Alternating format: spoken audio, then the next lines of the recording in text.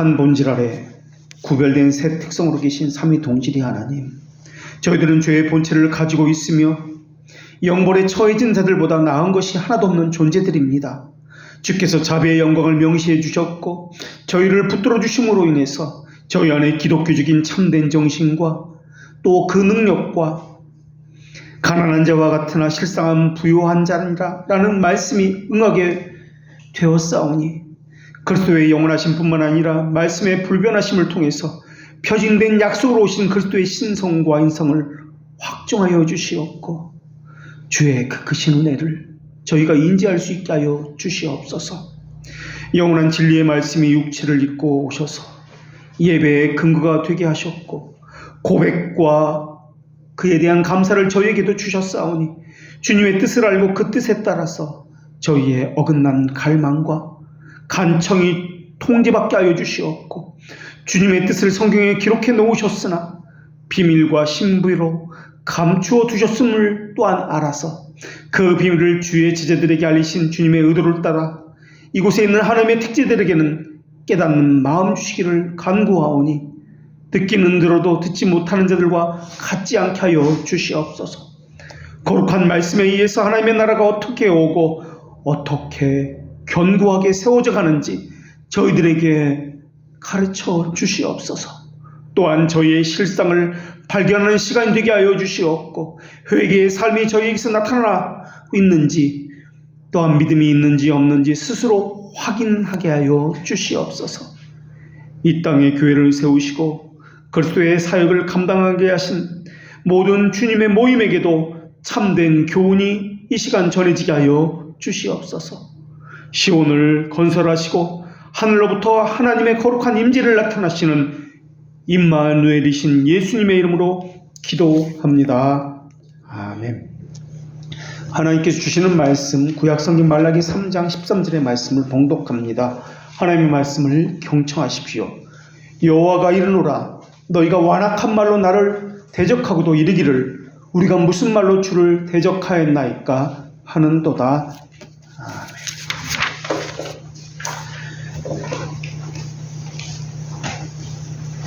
성경이 가르치는 가르침 중 하나가 사람의 상태에서 제일 먼저 고려해야 할 것은 죄라는 문제를 가르쳐 주고 있습니다.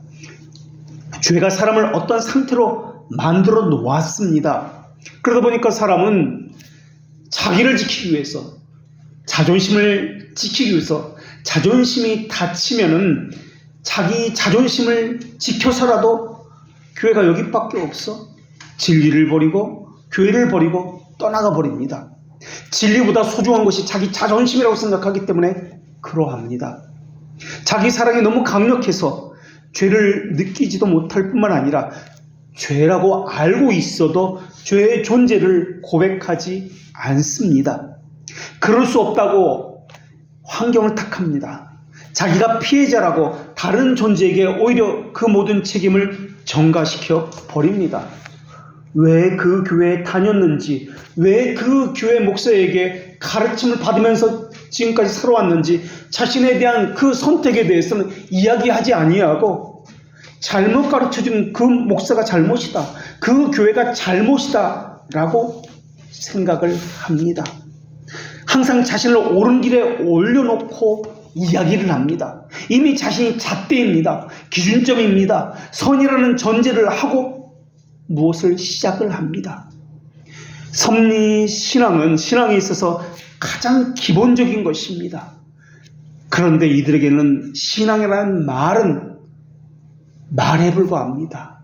삶이라는 것을 잊어버립니다. 그냥 이상과 어떤 지식에 관한 이런 것이라고 생각합니다. 개혁신앙도 그렇게 생각을 합니다. 삶이라는 것을 잊어버립니다. 그냥 무언가 지적인 많은 암 이런 것이라고 생각합니다. 그렇기 때문에 오늘은 죄라는 개념부터 정리하고 시작을 해야 합니다. 그래야 죄가 무엇인지 알 수 있기 때문에 그렇습니다. 또 죄를 말하기 위해서 우리가 누구인지 하는 문제를 함께 말을 해야 합니다.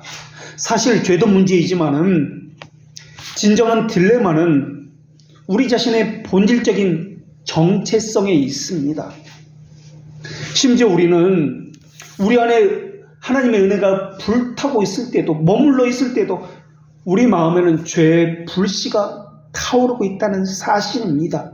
늘 은혜와 죄가 함께 공존하고 있습니다. 우리는 이것을 늘 잊고 삽니다. 죄는 사탄으로서, 광명의 천사로서 가장하여 나타납니다. 그러다 보니까 이 죄에 대해서 광명의 천사로 생각합니다. 자기 죄를 보지 못하게 하고 있습니다. 죄를 보지 못한다는 말의 의미는 율법에 대해서도 무지하다는 말입니다. 왜냐하면 율법이 하는 일이 있는데 죄를 밝혀내는 일을 하고 있습니다. 숨겨져 있는 죄를 드러내는 것이 율법이 하는 일입니다. 결국 죄에 대해서 모른다, 죄에 대해서 고백하지 않는다는 말은 율법에 대해서 모른다는 말입니다. 그래서 죄를 다루려면 율법도 함께 다루어야 합니다. 하나님은 우리를 위해서 이것을 넘어서면 안 된다, 이것에 모자라면 안 된다, 그것이 죄다라는 것을 알려주기 위해서 율법을 주셨습니다. 그리고 율법은 항상 우리에게 잣대로서 한결같이 우리에게 작용하도록 그렇게 말씀하셨습니다. 하나님은 또한 한결같으신 분이십니다. 무죄한 사람에 대해서 하나님은 자비를 베푸십니다. 그리고 죄를 범한 사람에게는 하나님은 진노를 보이시는 분이십니다. 그것에 따라 사람을 향해서 하나님의 사랑과 진노가 그때 달라지는 것입니다. 우리는 이런 하나님을 보고 하나님이 변하시는 분이다 라고 생각을 합니다. 그렇지 않습니다. 하나님이 변한 것이 아닙니다. 영광스러운 자리에 서서 하나님의 말씀에 순종하고 있을 때는 하나님의 사랑을 받는 대상이 사람이었습니다. 그러다가 사람이 타락했고 죄 가운데 있을 때는 하나님에게 미워하는 대상이 사람이었습니다. 하나님은 깨끗한 자에게는 주의 깨끗하심을 보이시고 사악한 자에게는 주의 거스림을 보이시는 분이십니다.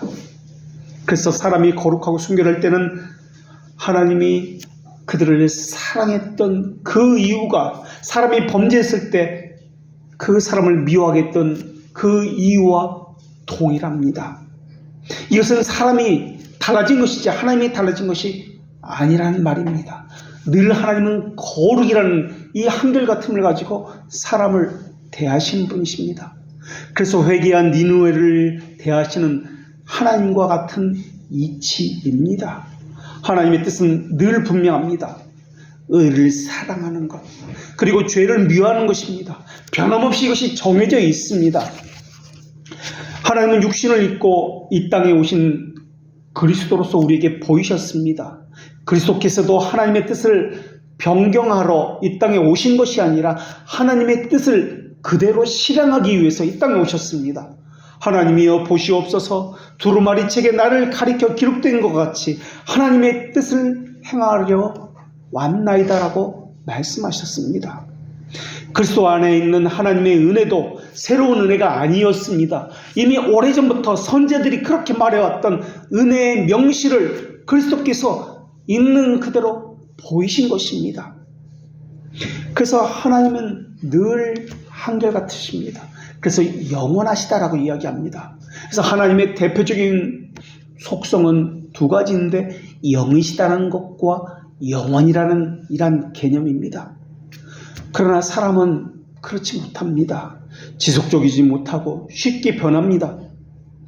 사람은 타락 이후에는 가장 선하다고 그렇게 일컬어지는 사람일지라 할지라도 그 마음속에는 가장 사악한 지독한 죄의 씨앗들을 가지고 있습니다. 우리는 교회를 다니고 하나님을 안다라고 그렇게 생각을 하지만은 우리 안에는 악한 본성이 있습니다. 그리고 우리가 가진 이 본성은 가장 악하다고, 영벌을 받아서 고통을 받고 있는 최고로 악한 존재들이 가진 그 죄성과 비교해봐서 결코 덜하지 않습니다. 그들과 천국에 있는 이들의 차이가 있다면 하나님께서 자비의 영광을 명시했느냐 아니면 하나님께서 정의의 영광을 명시했느냐의 차이일 뿐이지 그 사람이 가진 그 본질은 동일합니다. 그런 점에서 하나님에 대해서는 하나님이 주가 되신다는 것과 왕이 되신다는 것을 우리는 배워야 할 것이고, 사람에 대해서는 죄의 노예라는 것과 죄인이라는 것을 배우게 됩니다. 사람은 에덴 동산에서 하와가 하나님께서 금하신 선악을 알게 하는 나무 열매를 따먹음으로써 죄인이 되었습니다. 우리는 여기서 사람이 왜 죄인이 되었는가를 살펴야 합니다. 나무 열매를 따먹기 때문에 죄인이 되었습니까? 아니면 다른 이유로 죄인이 되었습니까? 하는 것입니다. 선악을 알게 하는 나무는 그저 한 그루의 나무 불과합니다. 에덴 동산의 수많은 나무와 별반 차이가 없는 나무였습니다. 오히려 사람이 그 수많은 나무들을 다스렸고, 그 나무만이 아니라 모든 피조물들에게 이름을 지어주고 통치했습니다.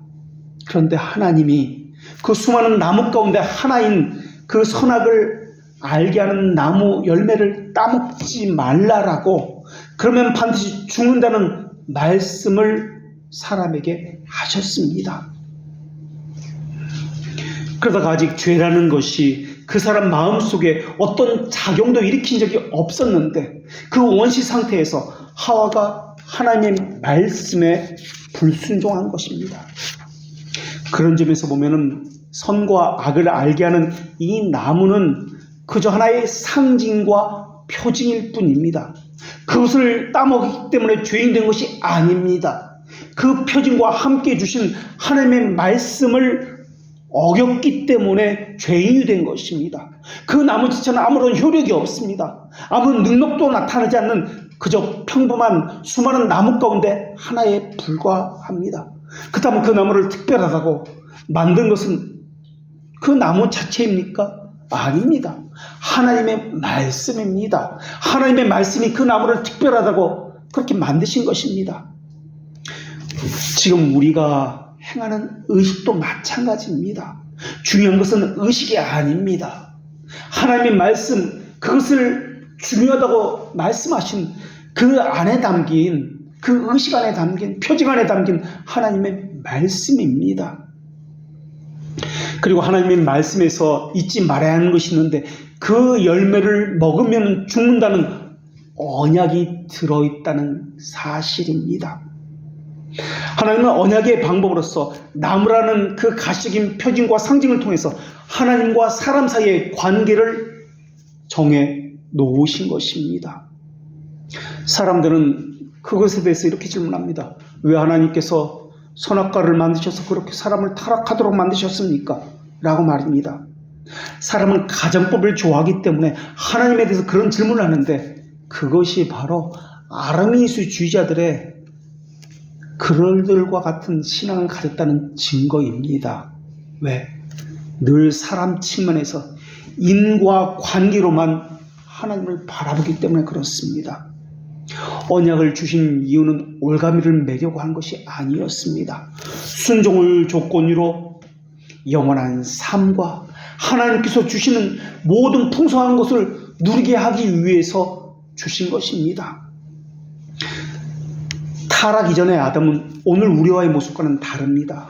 아담과 하와는 죄를 안 지을 수 있게 창조되었기 때문에 순종하는 것이 자연스러웠습니다. 그건 당연한 것이었습니다. 잠을 자는 것처럼 쉬운 것이었습니다. 타락할 수 있는 상태였으나 그들에게는 지킬 수 있는 능력이 있었고 순종할 수 있는 힘도 있는 상태였습니다. 하나님은 항상 지킬 수 있는 힘인 절대적인 약속을 먼저 주시는 분입니다. 그런 다음에 그것을 행하라, 그리하면 복을 주시겠다라는 조건적 약속을 그 후에 주십니다. 하나님이 그들에게 복을 주시며 이르시되 생육하고 번성하여 여러 바닷물에 충만하라, 새들도 땅에 번성하라고 말씀하셨듯이 먼저 그들에게 복을 주시며 번성하라, 충만하라 라고 그 이후에 말씀하시는 것입니다. 이때 복을 주셨는데 사람에게만 복을 주신 것이 아닙니다. 창세기 1장 22절에 보면 새들, 물고기들, 동물들에게, 그들 모두에게 복을 주신 분이 하나님이셨습니다. 그런 다음에 사람을 지었습니다. 그리고 사람에게도 복을 주셨습니다. 그리고 생육하고 번성하고 그들을 모든 생물을 다스리라라고 말씀하셨습니다. 우리가 이미 결혼에 대해서 살펴보았습니다만 결혼을 안 한다, 아예 안 낳는다, 이것도 역시 하나님의 명령을 대적하는 것입니다. 생육하고 번성하라고 하나님께서 말씀하셨습니다. 성경에는 온통 하나님께서 먼저 복을 주셨고 그 다음에 조건적인 약속으로 이것을 지키면 복을 주겠다라는 것으로 그러한 말씀으로 가득 차 있습니다. 먼저 능력을 주시는 분이 하나님이십니다. 그런 다음에 명령하시는 분이 하나님이십니다. 그런데 아담과 하와가 하나님께 주신 그 힘과 능력을 가지고 복을 가지고 적극적으로 하나님의 거룩한 뜻을 거역하는 대로 자신의 의지를 발동시킨 것입니다. 배은망덕이라고 합니다. 하나님께서 주신 것을 가지고 하나님을 위해서 사용해야 하는데 자기 영광을 위해서 사용한 것입니다. 오늘날도 하나님께서 주신 것을 가지고 하나님을 위해서 사용해야 하는데 하와와 같이 자신의 이익을 위해서 영광을 위해서 사용하는 배은망덕한 자들이 너무나 많이 있습니다. 사람이 사탄의 유혹을 받아서 하나님의 말씀의 권위를 무시했고 하나님께서 금지했던 실과를 먹음으로써 하나님의 계명을 범했습니다. 하나님께서 로마서 7장 7절에서 이렇게 말씀하셨는데 그런지 우리가 무슨 말을 하리요? 율법이 죄냐? 그럴 수 없느니라. 율법으로 말미암지 않고는 내가 죄를 알지 못하였으니 라고 하시면서 율법이 없으면 죄가 죽은 것이니라 라고 말씀하십니다. 율법이 없으면 죄가 죽었다라는 말의 의미는 하나님의 말씀이 없었다면 선악과를 따먹은 것은 죄로서 성립이 되지 않는다라는 말의 의미입니다. 이 말의 의미는 결국 중요한 것은 선악과라는 표징이 아니라 그 표징, 그 상징 안에 담겨진 언약의 말씀이 중요하다라는 의미입니다. 그러니까 가시적인 표징만 가지고 나는 행했다, 세례받았다, 성천받았다, 이것은 무의미하다는 것입니다. 그 안에 담겨진 언약의 말씀이 없으면 이 모든 것들은 선악과처럼 한갓 표징에 불과할 뿐입니다. 그래서 하나님은 하나님의 언약이 이 안에 담겨져 있다는 것을 우리에게 말씀해 주시는데 하나님의 언약에 숨겨진 이 상징을 성례라고 이야기합니다. 성례라는 말의 의미는 비밀과 신비라는 그런 의미를 가졌습니다. 그래서 하나님께서는 하나님이 기뻐하시는 때 하나님 안에서 때가 되었을 때 그 비밀을 알리시기로 예정하신 것입니다. 이때 이 비밀이라는 단어가 성례라는 단어입니다. 그 뜻의 비밀을 우리에게 알리신 것이요 그의 기뻐하심을 따라 그리스도 안에서 때가 참 경륜을 위해서 예정하신 것입니다. 이 비밀은 만세와 만대전부터 감추어진 것인데 이제 성도들에게 나타난 것입니다. 이제야 나타난 이유는 그때 알려졌어도 소중하다는 것을 깨닫지 못했을 것이기 때문에 그렇습니다. 이제 알게 된 것은 이 비밀이 얼마나 소중하고 풍성한지를 알게 하려 하시기 위해서였습니다. 헌데 사람들은 이것에 대해서 하나님의 방법을 따르지 않습니다. 자기가 상징을 만들고 그것들에게 의미를 부여합니다. 이것이 우상숭배입니다.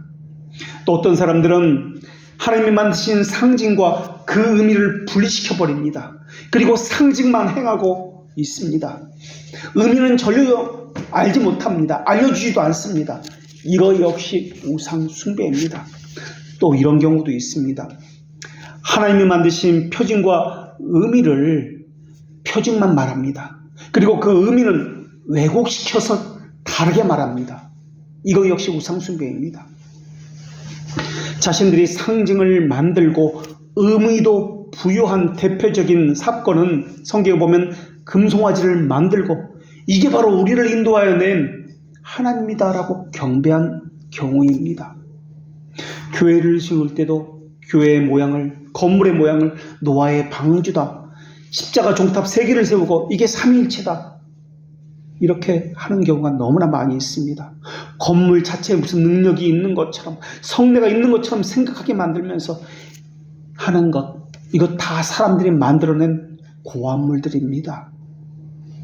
하나님이 만드신 상징과 의미를 분리시켜버리고 상징만 행하는 경우는 우리가 일반적으로 행하고 있는 세례와 성찬의 경우가 이와 같을 것입니다.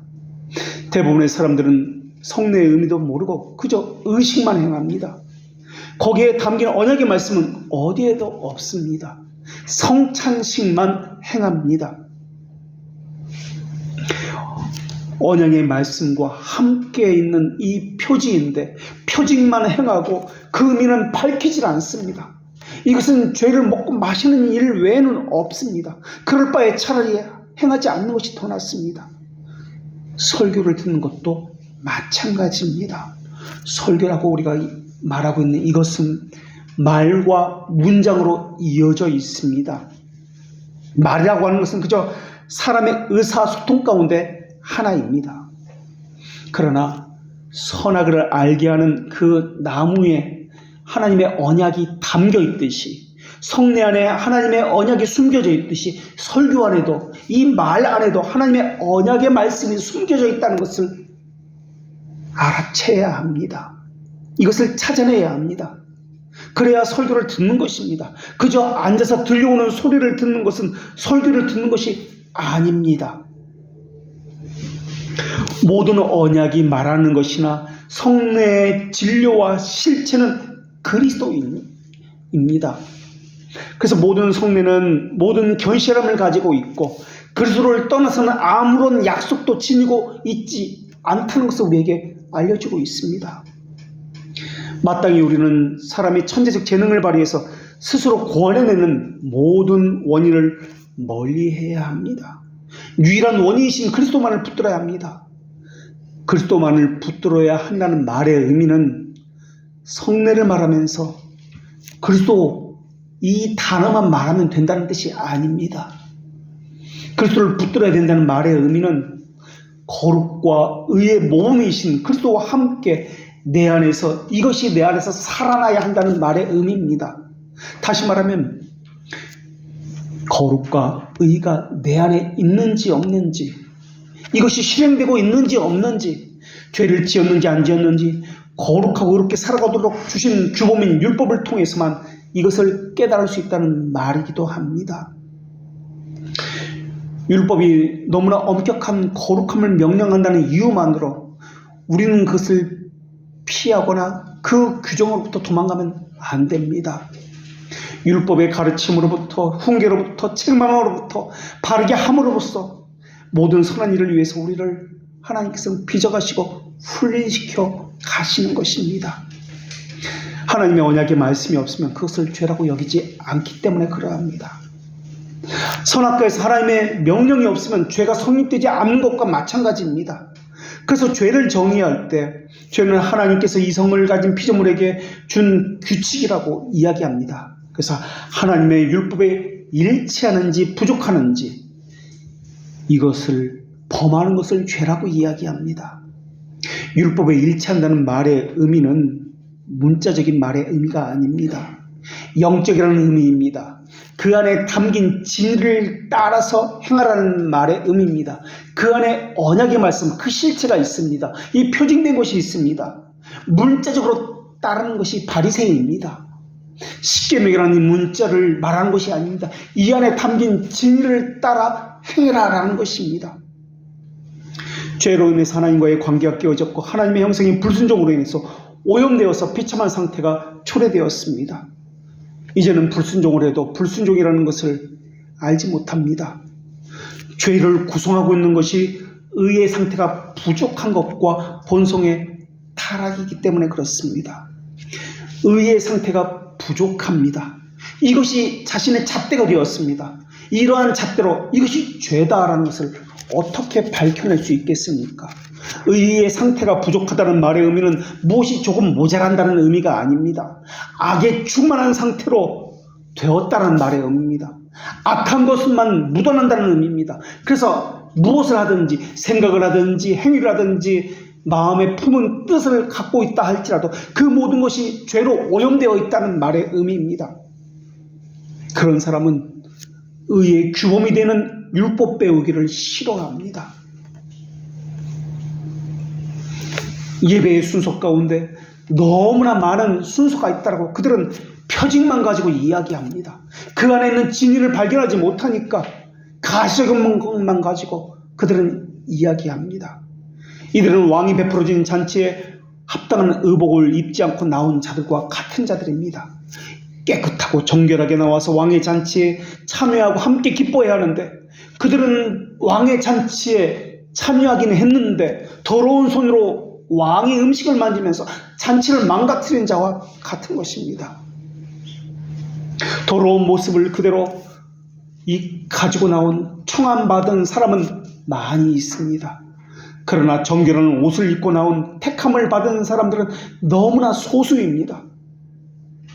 그 왕의 잔치는 이 땅에 가지로 펼쳐지는 성찬이라고 생각해도 좋습니다.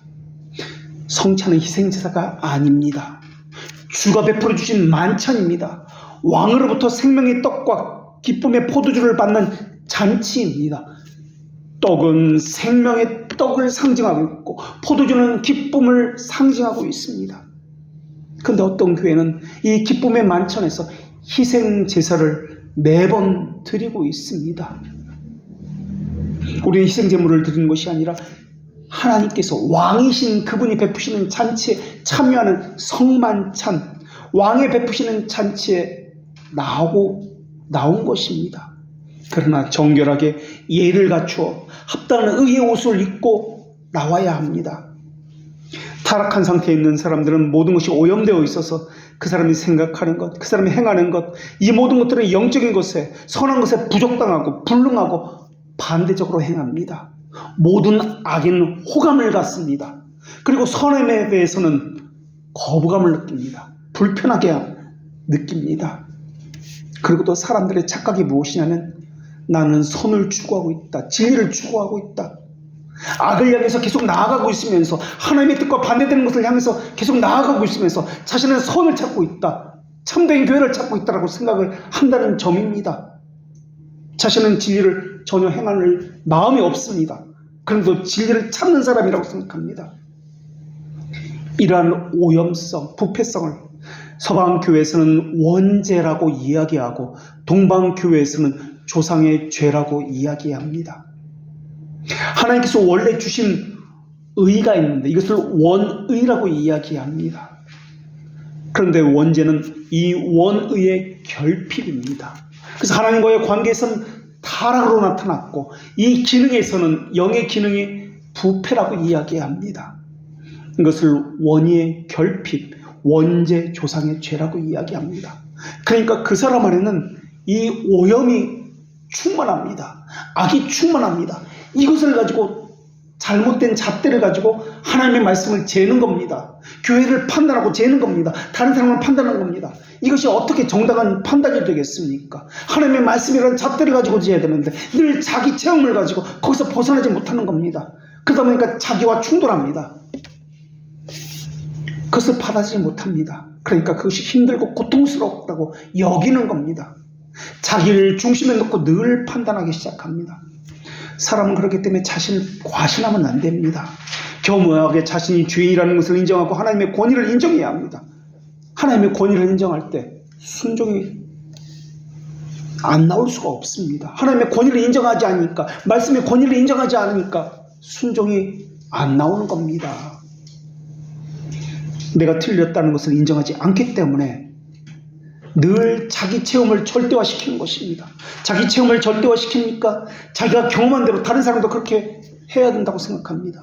기도원에서 하나님을 만난 사람은 다른 사람이 기도원에 가라고 권면을 합니다. 기도원에 안 가면 신앙생활 잘못한 것처럼 정죄를 합니다. 새벽기도로 은혜를 받은 사람은 모두에게 새벽기도 나가라고 이야기합니다. 성경 통독학교에서 은혜를 받은 사람은 자기 교인들 모두를 성경 통독학교로 보냅니다.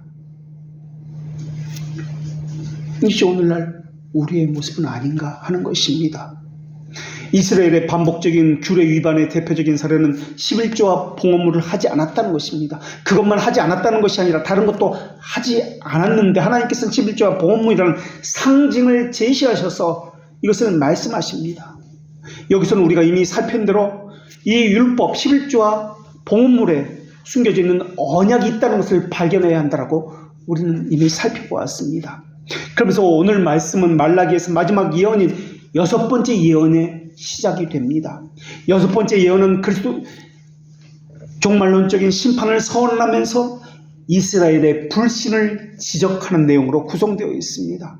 그러면서 오늘 본문은 이스라엘 백성들이 얼마나 완악하게 하나님을 대적하는지를 설명하면서 지금까지도 하나님을 대적했는데 마지막으로 그것을 지적하면서 마지막 6번째 말씀을 대적한 그 이야기들을 하고 있습니다. 이것들은 모두가 죄성에서 나온 오염된 말과 행동들을 이야기합니다. 하나씩 이스라엘 백성들이 어떻게 하나님을 대적했는지 살펴보면 첫 번째 대적은 말라기 1장 2절 말씀에 나옵니다. 여호와께서 이르시되 내가 너희를 사랑하였노라 하나 너희는 이르기를 주께서 어떻게 우리를 사랑하셨나이까 하는도다. 하나님 우리는 사랑하지 않았습니다. 지금 나의 상태를 보십시오라고 이야기합니다. 그 다음 두 번째가 말라기 1장 6절과 7절의 말씀입니다. 아버지는 종을 그 주인을 공경하나니 아들은 그 아버지를 종은 그 주인을 공경하나니 내가 아버지일진데 나를 공경함이 어디 있느냐 내가 주인일진데 나를 두려움이 어디 있느냐 너희는 이르기를 우리가 어떻게 주를 멸시하였나이까 하는도다. 너희가 더러운 떡을 나의 제단에 드리고도 말하기를 우리가 어떻게 주를 더럽게 하였나이까 하는도다. 지금까지 헌금생활, 예배, 신앙생활 엉망으로 했다는 것입니다. 표지만 가지고 그저 의식에만 참여했다는 겁니다. 그런데 그들은 이렇게 이야기합니다. 저희들은 그런 적이 없습니다. 그럴 마음도 없고 주님의 이름을 멸시한 적이 없습니다. 세 번째는 2장 14절의 말씀입니다. 너희의 봉헌물을 돌아보지도 아니하시며 그것을 너희 손에서 기꺼이 받지도 아니하시거늘 너희는 이르기를 어찌 됨이니까 하는도다. 자기가 드린 것이 얼마인데 우리가 행한 봉사가 얼마인데 섬김이 어떤지 하나님이 왜 기억하지 못하시는 것입니까? 라고 따지고 있습니다. 네 번째는 2장 17절 말씀입니다. 너희가 말로 여호와를 괴롭게 하고도 이르기를 우리가 어떻게 여호와를 괴롭혀드렸나이까 하는도다. 자신은 말과 행위로 하나님을 괴롭게 한 적이 없다라고 이야기합니다. 지체들에게 교회에게 바울은 회심 이전에 그들을 괴롭게 했습니다. 그것이 예수를 괴롭게 한 것이라고 주께서는 말씀하셨는데 그들은 언제 우리가 그렇게 했습니까? 라고 이야기합니다. 그저 하나님의 영광을 위해서 사는 것 외에는 없습니다. 라고 이야기합니다. 다섯 번째는 3장 7절과 8절입니다. 내게로 돌아오라. 그리하면 나도 너희에게 돌아가리라 하였더니 너희가 이르기를 우리가 어떻게 해야 돌아가리까 하는도다. 사람이 어찌 하나님의 것을 도둑질하겠느냐. 그러나 너희는 나의 것을 도둑질하고도 말하거든 우리가 어떻게 주의 것을 도둑질하였나이까 하는도다. 이는 곧 11조와 봉헌물이라. 항상 하나님과 함께 있었다는 겁니다. 하나님의 것을 도둑질한 것이 없었다는 것입니다. 마지막 여섯 번째, 그것이 오늘 본문의 말씀 3장 13절입니다. 여호와가 이르노라 너희가 완악한 말로 나를 대적하고도 이르기를 우리가 무슨 말로 주를 대적하였나이까 하는도다. 이 여섯 가지 대적의 공통점은 하나님께 우리는 그렇게 한 적이 없습니다. 주께서 오히려 우리를 사랑하지 아니하셨지 않습니까? 우리가 언제 주 이름을 멸시했습니까? 어떻게 우리가 주를 더럽게 하였습니까? 우리가 어떻게 여호와를 괴롭게 했습니까? 우리가 어떻게 주의 것을 도둑질했습니까? 우리가 무슨 말로 주를 대적했습니까? 이렇게 이야기합니다. 하나님의 언약의 말씀을 제거해 버리고 의식만 가지고 표지만 가지고 했다 안 했다 지금 말하고 있는 겁니다. 예배 참석했으니까 예배 참석했다고 이야기합니다. 헌금을 했으니 온전한 봉헌물을 드렸다고 생각합니다. 성찬에 참여했으니 주의 몸에 피를 먹고 마셨다고 생각합니다. 설교 들었으니까 설교 들었다고 생각을 합니다. 지금 이스라엘 백성들이 말하는 것 어쩌면 우리가 생각하는 것과 다를 바가 하나도 없는지도 모르겠습니다. 구원을 위해서 주신 율법에서 은혜의 약속을 제거해내 버리면 율법은 어떻게 작용하는지 아십니까? 죄와 사망의 기회로 변해버립니다. 이스라엘 백성이 하나님에게 책망받는 이유는 이런 완악함 때문에 그렇습니다. 그 안에 숨겨진 언약을 붙잡지 않았는데도 불구하고 우리는 다 했습니다, 순종했습니다 라고 이야기합니다. 이스라엘은 율법의 기능으로 절대 수정받으려고 하고 있지 않습니다. 그러면서 오히려 오늘 본문에서처럼 하나님의 말씀을 거부하면서 오히려 하나님이 잘못했다, 잘못 알고 계시다 라고 따지고 있습니다. 너희가 대적하고도 라는 말의 의미를 원어적으로 보면은 어떤 대상에게 강하고 끈질기게 매달리는다는 그런 의미를 가지고 있습니다. 이 단어는 출애굽 당시에 애굽을 10가지 재앙으로 쳤을 때 애굽왕 바로가 끝까지 완고한 태도를 하나님 앞에 보였을 때 그 단어가 바로 대적하고도라는 단어입니다. 끝까지 부인합니다. 완고한 자기 생각을 고집합니다. 자기 생각이 틀렸다는 것을 모릅니다. 그저 자기 생각을 붙들고 자기 체험을 붙들고 자기 생각을 수정하지 않고 사는 것을 이야기합니다. 어디서 내 마음에 드는 교회를 찾을 수 있지? 어디서 나를 알아주는 목사를 만날 수 있을지? 평생 이 교회 저 교회 떠도는 사람이 그래서 너무나 많이 있습니다. 자기가 하나님 마음에 들어야 된다는 생각을 하지 않습니다. 하나님도 내 마음에 들어야 된다고 생각합니다. 저 교회도 내 마음에 들어야지 내가 다닐 수 있다고 생각합니다. 내가 생각하는 그 하나님이 왜 못 됐느냐고 이야기합니다. 내가 생각하는 그 목사, 그런 교회가 왜 못 됐느냐고, 왜 그런 교회, 그런 목사가 없느냐고 찾아다니고 있습니다. 자기가 성경에 맞춰야 되는데 성경이 자기에게 맞추어야 된다고 이야기합니다.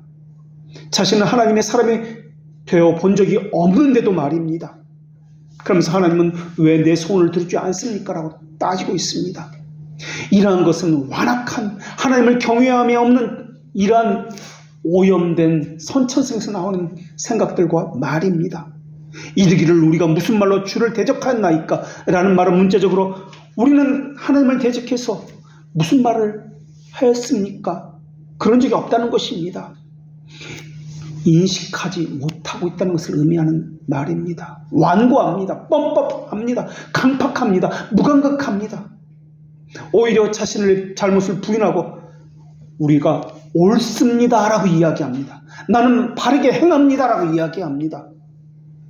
이 말을 하고 있는 것은 하나님은 틀렸습니다, 내가 옳습니다 라고 비난하는 것까지 포함되고 있는 말입니다. 이러한 완악한 태도가 어디에서 나왔습니까? 자신들은 별거 아니라고 생각합니다. 그 심정은 율법까지 제거해 버렸기 때문에 그렇습니다. 율법은 자신의 죄가 무엇인지 드러내는 일을 합니다. 기준점이 없습니다.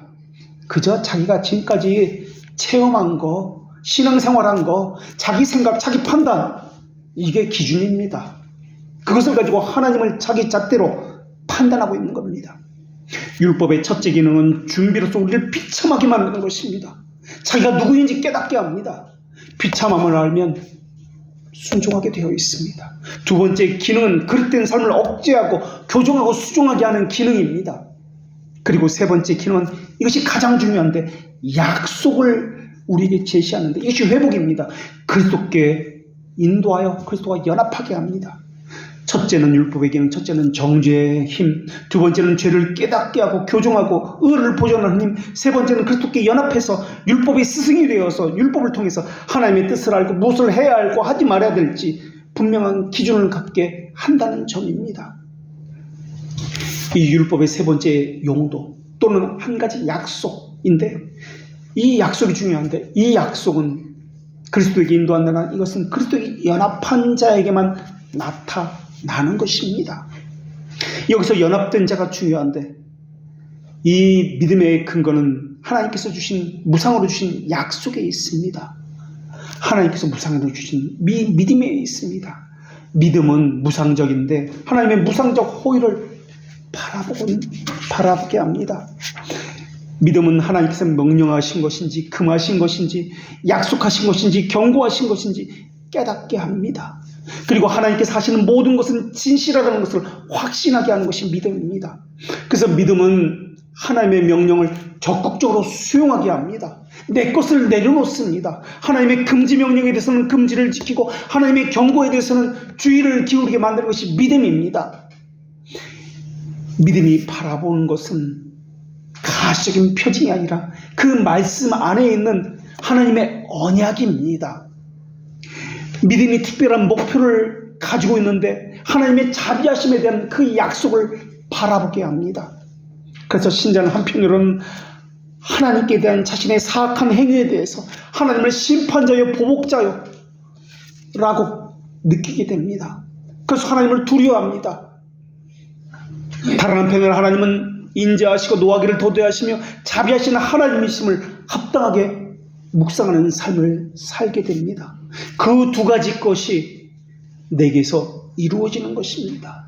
정의의 하나님, 자비의 하나님, 이 상반된 이것이 우리 안에서 체험되어지는 것입니다. 내가 죄를 지었을 때는 하나님의 위협과 경고를 받아들여서 하나님은 내게 보복자요 심판자로서 죄에 대한 처벌을 내리시는 분이라고 두려워하게 되고 죄에 대해서 경고를 받습니다. 동시에 회개하고 용서를 구하면 언제든지 하나님은 자비하심으로 그리스도의 옷을 입혀주시고 그 모든 죄를 덮어주시는 탕자의 아버지와 같은 분이 하나님이라는 것을 동시에 경험하게 됩니다. 그래서 그리스도에게 연합된 자는 율법이 스승이 되어서 가야 할 길을 알려주고 가지 말아야 할 것을 가지 못하게 합니다. 어둠 속에서 방황하는 자들에게 빛이 되게 합니다. 참된 진리를 알려줍니다. 그리스도에게 연합되기 전에는 율법은 나에게 스승이 되지 않습니다. 그저 내가 지금까지 경험했던 것들, 어디서 들어본 것과 같은 이런 인과관계 안에서 유추한 지식을 가지고 그 잘못된 오염된 기준, 잣대를 가지고 최종 기준으로서 다른 것들을 다 판단합니다. 항상 자기중심적입니다. 극단적 이기심을 발휘하면서 악한 향기를 풍깁니다. 이것이 악한 것입니다. 하나님을 대적하는 것입니다. 그런데 자신이 그것을 모릅니다. 그렇게 판단하고 있다는 것을 몰라요. 그래서 중생된 사람은 선악과라는 이 표징에 관심이 있기보다는 표징 그 안에 담겨진 표징된 약속에 관심이 있습니다. 그래서 문자적 말씀이 아니라 그 이면에 있는 교리 공부, 이것을 해석하는 이 교리 공부를 좋아하고 그것을 통해서 진짜 의미를 알고자 합니다. 설교를 들어도 마찬가지입니다. 설교를 듣는다는 이 말의 의미는 말소리를 듣는 게 아닙니다. 그것이 왜 은혜의 방편인지 의미를 알게 됩니다. 교리적인 언약을 듣고 이것을 붙들고 살게 된다는 뜻입니다. 언약을 붙들어야지 말씀을 듣는 것입니다. 소리를 들었다고, 사람의 말을 들었다고 설교 들은 거 아닙니다. 중생되지 않는 사람은 교리 공부는 전혀 관심이 없습니다. 그러면서 별의별 변명을 하면서 하나님이 주신 저 여자 때문에 내가 선악과를 따먹었습니다. 내 상황이 이래서, 내 환경이 이래서 화살을 다른 사람에게 돌리게 되어 있습니다. 순서가 많아서 시간이 길어서라고 이야기합니다. 재미가 있어서 없어서 시간을 가지고 트집을 잡습니다. 예배 순서의 그 복잡함을 가지고 이야기합니다. 왜 율법을 주셨습니까? 그렇게 복잡한 것을 하나님께서 왜 주셨습니까? 단순하게 주시면 안 되는 것입니까? 이렇게 하라. 아주 세밀하게 그렇게 그 수많은 것들을 길이, 넓이, 높이, 방법 자세히 알려주셨습니다. 왜요? 하나님의 자녀와 그렇지 않은 자를 구분하기 위해서입니다. 하나님의 자녀는 그 가시적인 것을 주목하지 않습니다. 그 가시적인 표징 안에 언약의 말씀을 주목하고 이것을 받들기 때문에 그렇습니다. 말씀과 함께 한다는 외식은 있을지 몰라도 그 말씀이 그 사람과 함께 살고 있지 않습니다. 수많은 사람이 그렇게 하고 있습니다. 그래서 그리스도에게 연합된 자는 율법이 그에게 스승이 되지만 연합되지 않은 자는 율법은 그에게 정죄의 기능만 그에게 작용합니다. 그러니까 말씀이 싫은 거예요. 율법이 복잡한 거 싫은 거예요. 예배 순서가 길고 복잡한 거 싫은 겁니다. 수종하고 교정하고 옳은 길로 인도한다는 것을 생각지 않습니다. 계속 찌르기만 하니까, 책망만 받으니까, 그래서 율법이 싫고 말씀이 싫은 겁니다. 지금 이스라엘 백성도 마찬가지입니다. 거기다가 심정에서 율법을 제거해냈습니다. 자기가 중심에 서서 판단을 합니다. 그러니까 하나님의 말씀도 틀렸다고 지금 이야기하고 있는 겁니다. 그래서 하나님의 말씀을 들어도 표징만 보고 있습니다. 표징된 언약은 듣지 못하고 있습니다. 말씀 안에는 성령님의 역사와 함께 그 숨겨진 비밀과 신비가 들어 있습니다. 이것을 찾아야 합니다. 그것을 찾아야, 이것을 붙들고 있어야, 이것이 행해져야 설교를 듣는다라고 이야기하는 것입니다. 그것을 듣지 못하고 있는데 그저 예배에 참석했다, 그것으로 자기는 위로를 받고 있습니다. 내 할 일 다 했다라고 이야기합니다. 마치 바리새인처럼, 밤에 찾아온 부자 청년처럼 나는 계명을 다 지켰습니다라고 이야기합니다. 그 비밀을 파헤치는 것, 묵상이 하는 일이 그 일입니다. 그래서 신앙의 선조들은 말씀을 늘 읊조리면서 묵상을 했습니다. 그 말씀과 함께 이스라엘 백성들은 늘 함께 살았습니다. 묵상은 마치 망원경과 같은 것입니다. 멀리, 너무 멀리 있어가지고 보이지 않는 것을 끌어당겨서 자세히 보게 만듭니다. 그래서 구체적으로 세밀하게 보이게 합니다.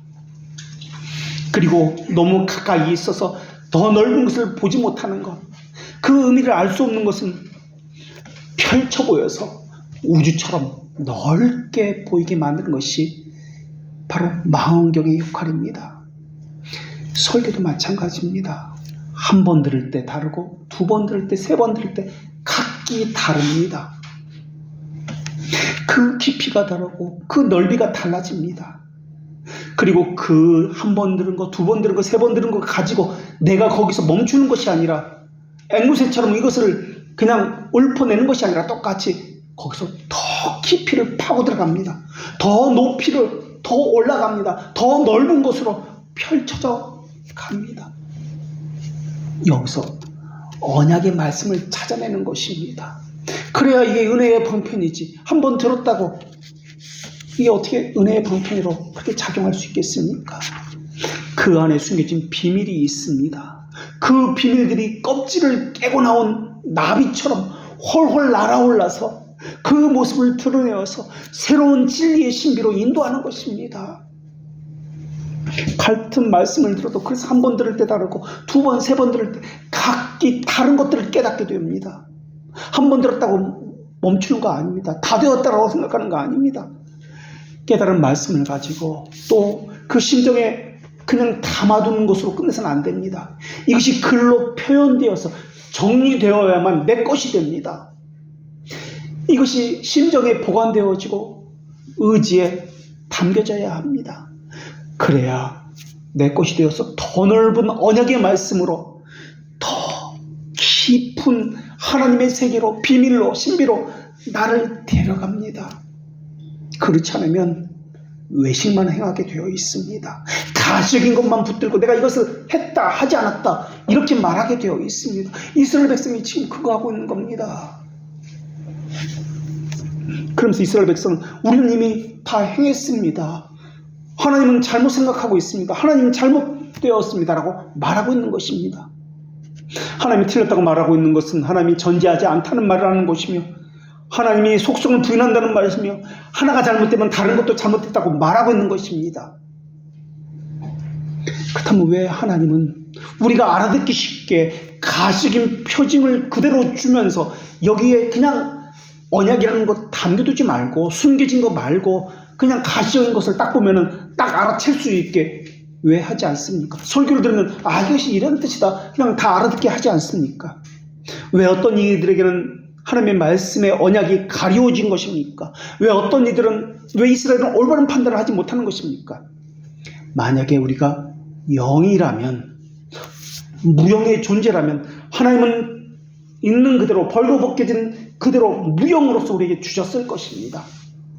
그러나 우리의 영혼은 육체적인 물질 안에, 가시적인 것 안에 담겨 있습니다.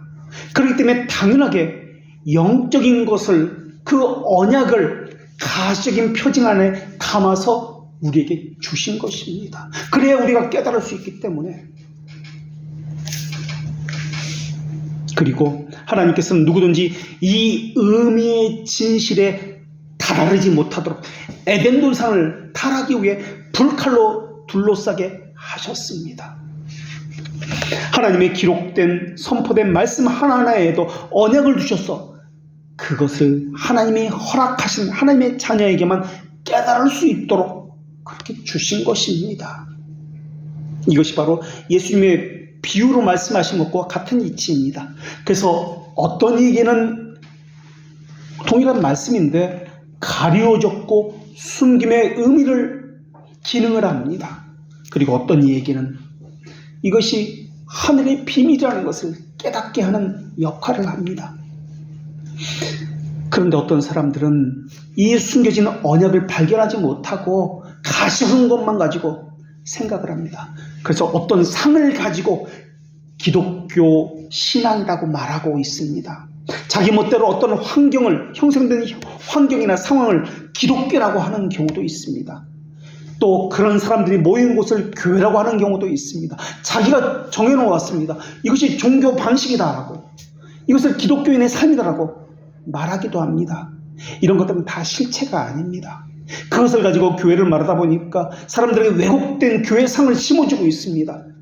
진실의 실상, 진리의 실체, 표징된 것, 진의를 가지고 말을 해야 합니다. 그 약속을 빼어버리면, 성례만 행하면, 그 의미를 알지 못한 채 그 의식만 행하면 이것은 우상숭배입니다. 천국의 말씀을 듣긴 들어도 깨닫지 못하는 이유도 이와 마찬가지입니다. 이스라엘 백성들 하나님 말씀을 들었습니다. 그런데 그 말씀이 무슨 말인지 알아듣지는 못합니다. 그러니까 자꾸 엉뚱한 소리를 합니다. 아는 것은 너희에게 허락되었으나 다른 사람에게는 비유로 하나니 이는 그들이 보아도 보지 못하게 하고 들어도 깨닫지 못하게 하려 함이라 라는 그 이유 때문에 그렇습니다. 제자들에게는 허락되었으나 그들에게는 아니다라는 것입니다. 지금 우리가 듣고 있는 설교도 마찬가지입니다. 사람의 말소리는 다 똑같이 듣고 있습니다. 그러나 말소리를 듣는 것이 아니라 설교는 그 언약을 듣고 붙잡고 이것을 가지고 살아가야 하는 것이 설교입니다. 언약을 듣지 못하면 이것은 설교를 듣는 것이 아닙니다. 천국 말씀을 보고 들었다고요? 그것은 어쩌란 말입니까? 그것을 깨닫지 못하면 아무 소용이 없습니다. 보고 듣는 것도 중요하지만 그 중요한 것은 그것을 깨닫는 것이 중요합니다. 그 의미가 무엇인지 깨닫지 못하는 이유는 하나님 편에서 보면 하나님께서 깨닫는 마음을 주시지 않았기 때문이고, 사람 편에서 보면 그들의 마음이 죄로 오염되어서 완악하기 때문에 그러합니다.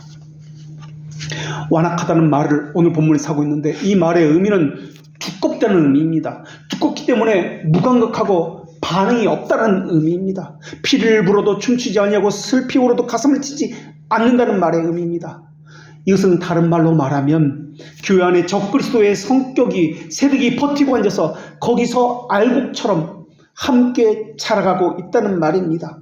그들은 성례를 알지 못하는 자들이기 때문에 그저 주기도문, 사도신경이라는 주문을 외우고 있을 뿐입니다. 그저 중얼거립니다. 뜻도 고백도 없이 노래를 부르고 있습니다. 설교를 들었다는 것으로 겨우 예배에 참석하는 것을 예배 드렸다고 말하는 자들입니다. 그들이 행하는 것이 미사입니다. 미사는 참석만 하기만 하면, 듣기만 하면 무슨 효력이 나타난다, 무엇이 되었다는 사상입니다. 한국교회는 그런 의미에서 미사를 지금 행하고 있습니다. 말씀 없는 성례는, 이때 말씀은 언약이라는 개념인데 언약 없는 성례는 아무 소용이 없습니다. 말씀이라고 하니까 일반적으로 성경을 낭독하는 것을 듣는 것이라고 생각하는데 그런 것을 말하는 것이 아닙니다. 주님은 자신의 약속을 언약이라고 하셨고 자신의 성례를 언약의 징표라고 부르셨습니다.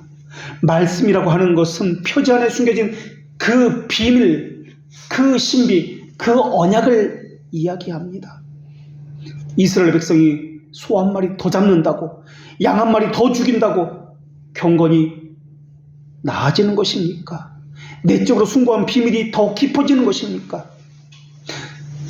우리가 아무리 예배하고 기도하고 봉사한다고 믿음이 더 견고해지는 것입니까?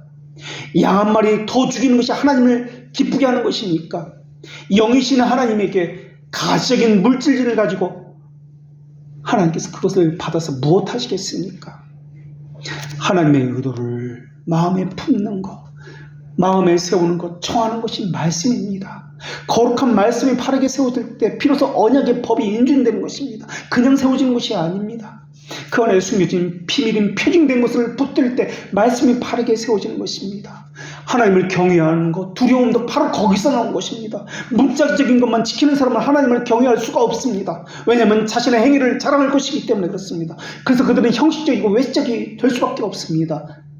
바리새인들이 그랬던 것입니다. 언약이 없다면, 그것을 붙들지 않는다면 아무리 종교적인 행위를 많이 한다 할지라도 아무런 소용이 없습니다. 그러다 보니까 이스라엘 백성들이 지금 하나님을 멸시하는 것처럼 그렇게 자기 자신을 자랑하고 교만한 이유도 다 그런 이유 때문에 그렇습니다. 우리 안에는 표징만 붙들고 있는 것이 얼마나 많은지 모릅니다. 하나님의 거룩과 조화를 이루지 못하고 있는 것이 얼마나 많은지 모릅니다. 우리의 자세, 마음가짐, 살아가면서 불행한 일을 당할 때 하나님을 향하는 얼굴빛, 무분별하고 불의하게 보이는 것이 얼마나 많은지 모릅니다. 하나님이라는 말은 하지 않지만 무의식적으로 모든 원망과 분노가 하나님을 향해서 은근히 쏟아지고 있습니다. 하나님의 지혜를 경외하십니까? 섭리를 믿고 신뢰하고 있습니까? 거기다가 우리는 하나님과는 다르게 죄성 가운데 있기 때문에 한결같은 마음을 가지고 있지 않습니다. 동일한 사람을 두고도 사람마다 각기 자기 상태에 따라서 다르게 평가합니다. 당신이 목사거나 가르치는 교사라면 당신은 어떤 사람에게 너무 엄격히 대한다는 말을 들을 것이고, 그리고 또 어떤 사람은 당신을 향해서 당신은 너무 관대한 사람입니다 라고 말을 할 것입니다.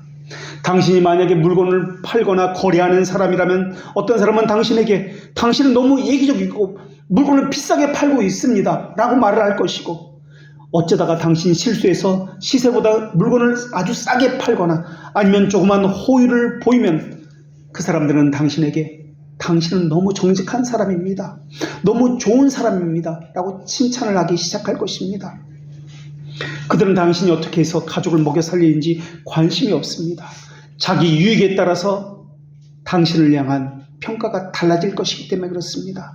당신이 엄마이거나 가정주부라면 어떤 사람은 당신에게 냉장고 정리도 하지 못하고 자녀 교육도 이것밖에 하지 못하냐고 꾸중을 할 것이지만, 다른 사람은 엄마가 최고라고 하면서 당신을 진심으로 추켜세우고 사랑한다고 말할 것입니다.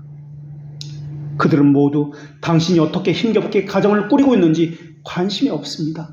단지 자기 경험에서 자기 입장에 따라 당신의 평가를 달리할 뿐입니다.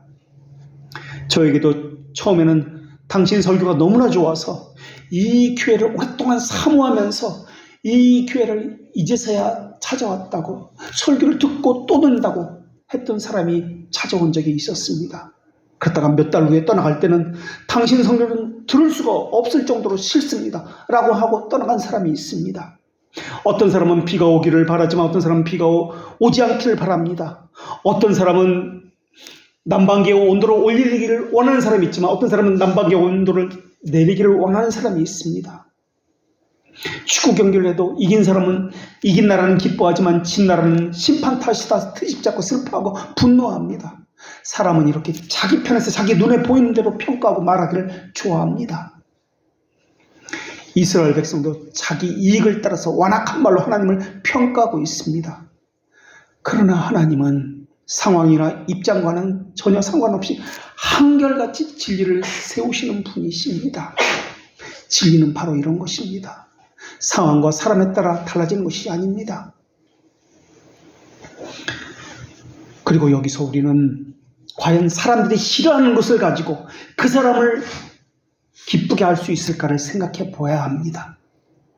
그 사람을 좋아하는 것을 가지고 그 사람을 불러들이고 기쁘게 할 수 있지만은 그 사람이 싫어하는 것을 가지고 거부하는 것을 가지고 그 사람을 불러들여서 우리와 함께 할 수 있는지를 생각해 봐야 합니다. 경건과 거룩은 진리는 세상이 기뻐하지 않는 것들입니다. 사람들은 자신을 고소하고 책망하고 정죄하는 것을 기뻐하지 않습니다. 이스라엘도 마찬가지입니다.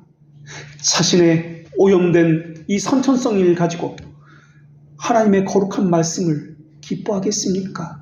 당연히 싫어합니다. 자신을 책망하는 하나님의 정의가 기쁜 것이겠습니까? 당연히 싫어합니다. 그러나 하나님의 자녀는 그렇지 않습니다.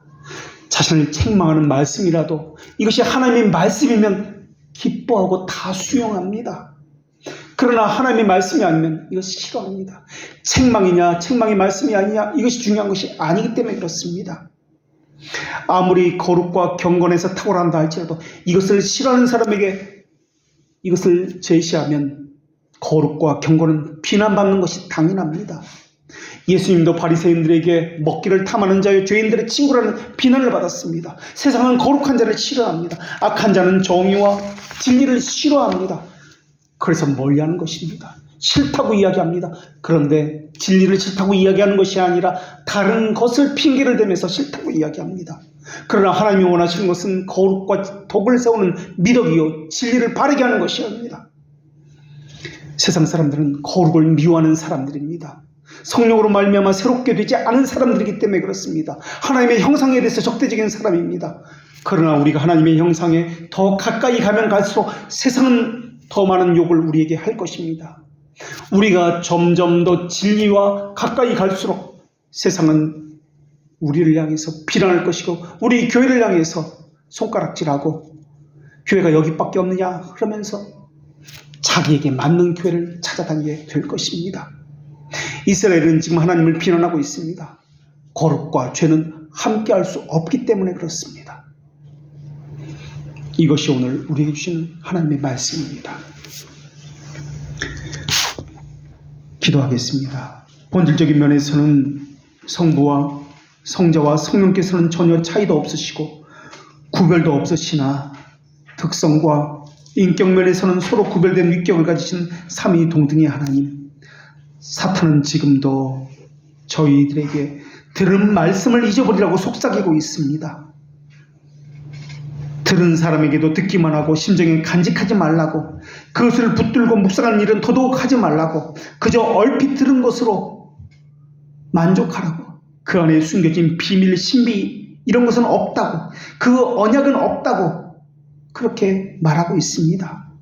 저희는 이제 삶의 자리로 나가면 치열한 전쟁이 시작될 터인데 지금 마음을 고정시킨 채 누리고 있는 말씀을 붙들고 살지 못하면 저희는 일어나지도 않은 내일을 붙들고 상상하면서 염려와 근심으로 또 저희가 가공하여 만든 우둔한 것들을 붙들고 살게 될 것입니다.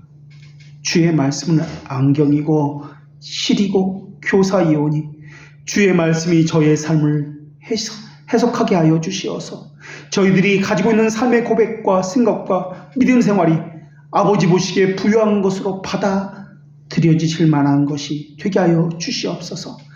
그리하여 신령한 교회의 참 자태와 능력과 거룩한 영광이 이 교회에 더욱 찬란하게 나타나게 하여 주시옵고, 역사적 신앙 고백을 붙들고 있는 모든 보편교회와 함께 주의 나라에 대한 확실한 목적의식을 가지고 그 주신 진리와 함께 힘있게 전진하게 하여 주시옵소서. 성례를 주시고 또 말씀을 주시고 그 안에 표징된 것을 알려주시고 언약을 또한 알려주시고 선한 길로 인도하시는 예수 그리스도의 이름으로 기도합니다. 아멘.